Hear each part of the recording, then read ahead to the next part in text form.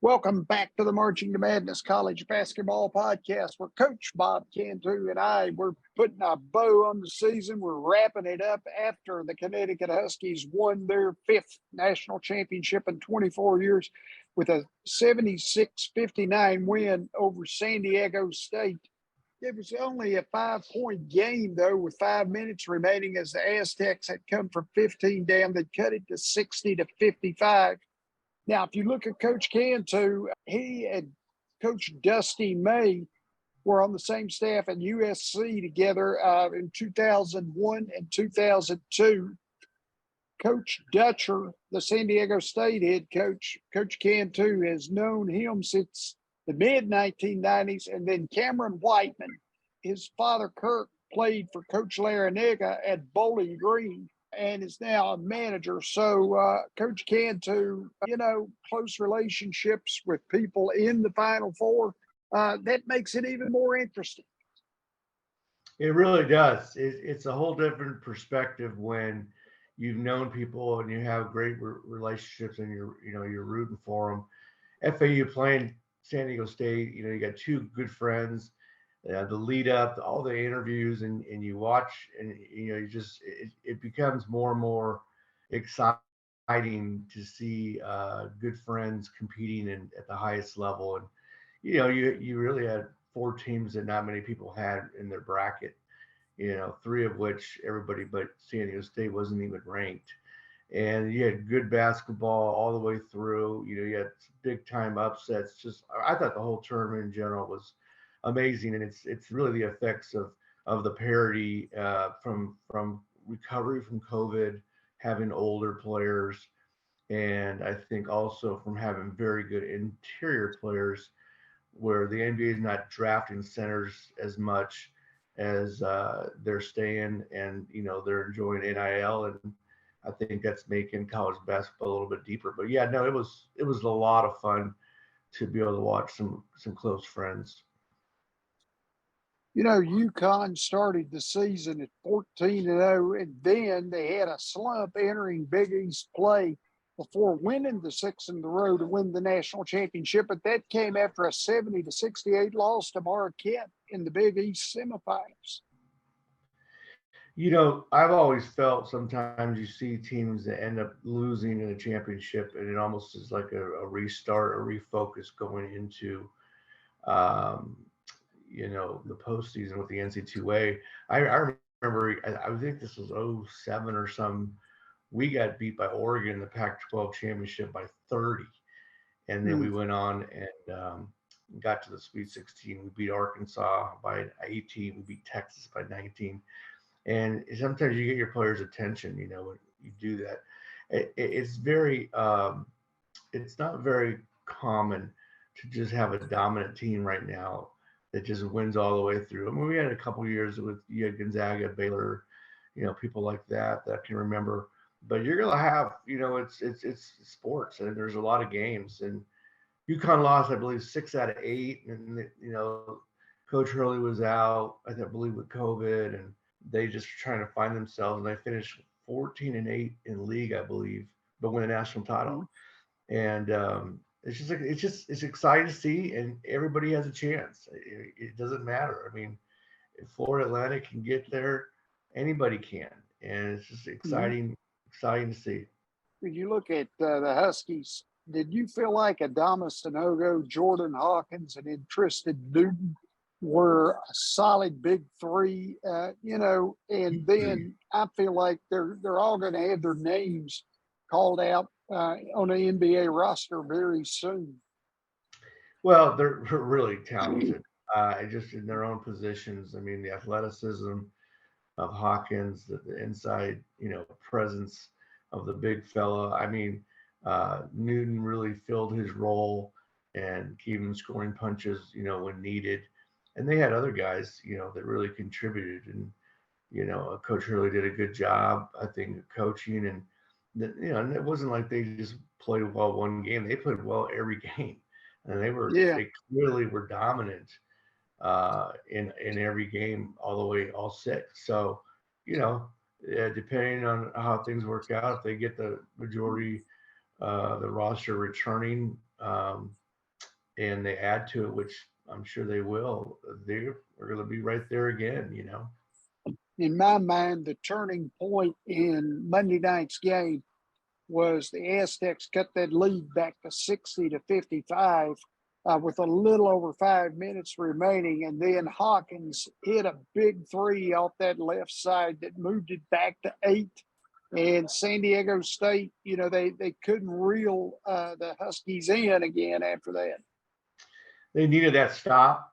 They needed to stop and see if they can cut it to, maybe make a free throw. Just get it under 5, get it to a possession, maybe say 3 or so.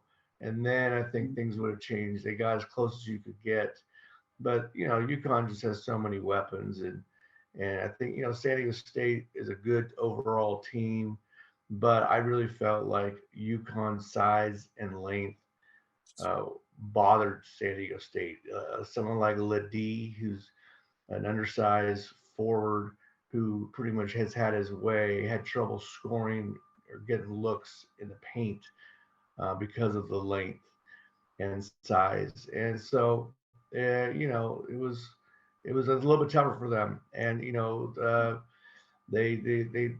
they pride themselves on defense, but they needed a little more punch offensively to beat a UConn. And you know, they were close. They were really close, but UConn was just a better team.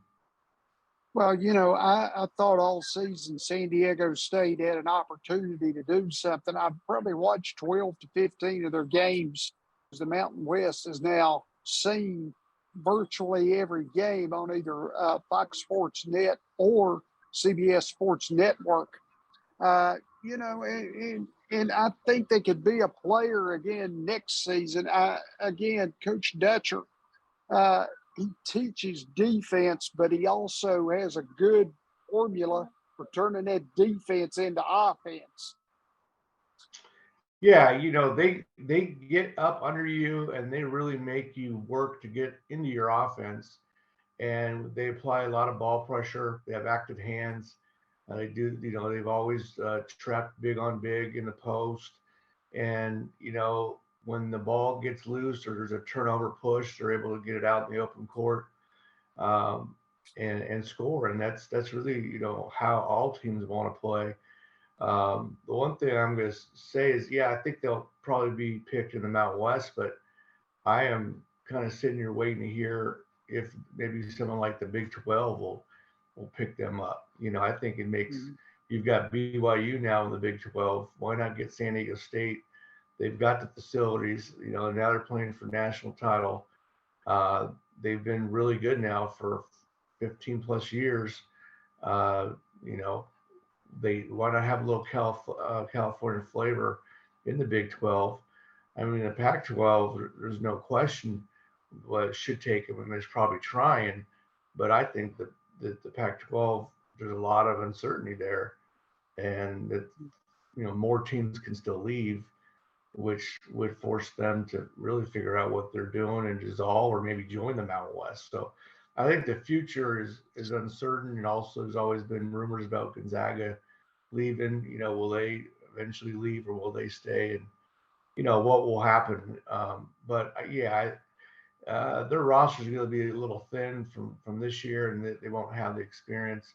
But he had some young players, freshmen that didn't get to play a lot, that were good players, and the portal has always been good for them. And they'll, with this type of exposure, they'll attract some good transfers, and they just won't have the experience. These kids had a lot of years together. And I just keep hoping there's some way the Bruins and Trojans continue playing in the Conference of Champions. It's not going to happen. It's too much money. It's just unfortunate. Things change, money talks, and there's big dollars to go to the Big Ten, and I think they're gone. But it is what it is. There's always change in everything, and you got to be able to adjust. It'll be interesting to see, how they do when you got to go play Rutgers and then Michigan State. You might play 3 games in 7 days, and then it'll be interesting too with those teams coming to Los Angeles. how will they adjust? Um, but yeah, it's gonna be the Pac-10, Pac-12 travels as I was in it for 12 years was so nice and easy. It was your longest trip was maybe a 2-hour flight, and that's definitely going to change. I mean, they'll charter every game, but it'll be different, and obviously for football as well. But I think San Diego State is primed though to make a jump and make a jump soon. So I imagine something will come from it. If not, I don't know much about the rest of the league returning, but I think it'll be the same teams. And one team we should mention, San Jose State had a great year. 20, 21 wins from a program that struggled for many years. Tim Miles did an incredible 10 job. miles. Yeah, rebuilding that thing in the second year, and they went to the CBI and finished, I think, fifth in the league. They might be able to move up some more next year as well. So we'll have to see. Monday night, it felt like UConn would not allow San Diego State to find, an established offensive leader on the team that was going to push them forward. It was like everybody was spread out, in what they were doing. And a lot of that had to do with the physicality and the length of the Huskies. Yeah, I talked about that before. Both teams, San Diego State has length, but they didn't have as much girth. Where UConn had both of that, and I thought it made it tough for San Diego State to get in the paint and score over the top. Tough for their post guys to catch you in the block and make a jump hook. They were getting pushed off the block a little bit, and when you have size and you have guard play. And you have great feet. Now you're good defensively, and now you're good offensively. I mean, they pretty much have the whole package, and they went through their adversity at the right time. They came out of it. They went into NC2A with momentum, even though they lost. And really, it was a year. I think we had talked about this in a previous show that a couple teams that we're not even talking about right now are probably going to be in the Final Four, and that's exactly what happened. And that's what makes it fun. I think when I talk to my other coaching colleagues and friends, and we talk, and he says, everybody has a chance. When you're a coach at whatever league, you really feel like you have a chance. You're a player, you have a chance, and that's what makes this sport so great. Florida Atlantic and Miami, and of course the Aztecs. None of them had ever been to the Final Four. And then I look at the rosters for next year. If Miami and Florida Atlantic they can keep their players. They could be back knocking on the door. I mean, Florida Atlantic has one senior in their rotation in Michael Forrest. And then Jordan Miller is Miami's lone senior in their rotation. So, it feels like now in today's college basketball that if you can keep a group together, you're going to be, that much better because of the transfer portal and 1,500 people, so to speak, in there right now.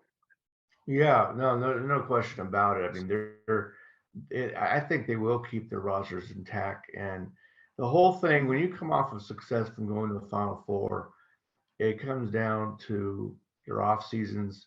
Do you get comfortable, or are you still driven to get back there and to do more? And the crazy thing is when it's a 1-game season, no one thought Purdue would lose to a 16 seed, right?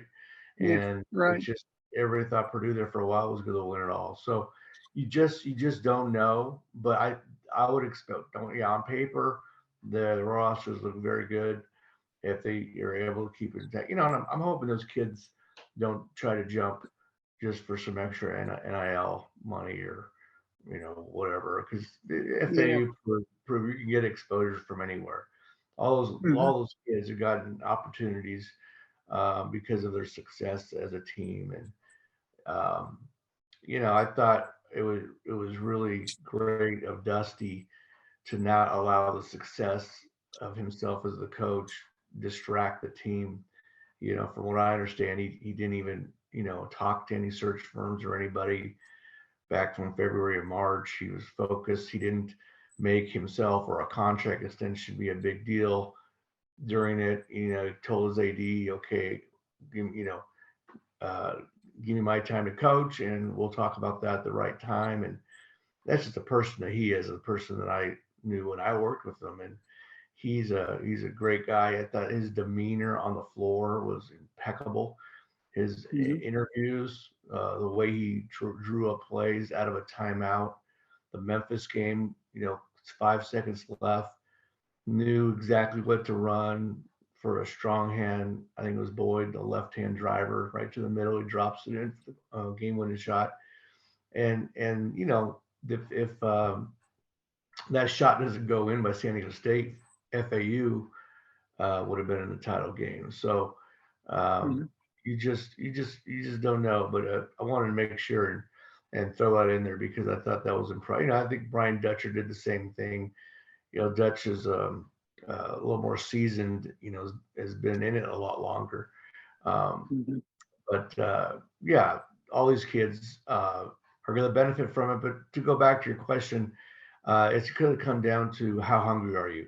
You see teams at all pro and college, they have a lot of success, they win a title, or they get to the finals, and then boom, the next year, they all didn't do anything in the offseason, they didn't care. And we hope that doesn't happen. But yeah, I think both those teams will have nice rosters.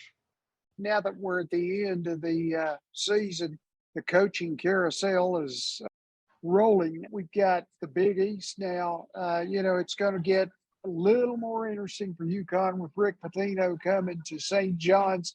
And then Ed Cooley moves down to Georgetown for Providence.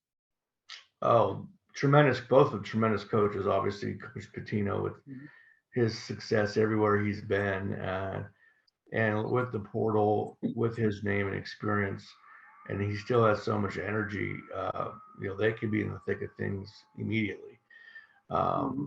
And Ed Cooley, has proven himself from his Fairfield days all the way through what he's done. And it's time for Georgetown to get back and to be in the NCAA tournaments, and as well as St. John's. I can remember as a young kid watching them, watching Villanova, all those teams, in those CBS games that would be playing early at 9 a.m. on the West Coast. And I used to love watching, that was like Patrick Ewing playing and all those guys.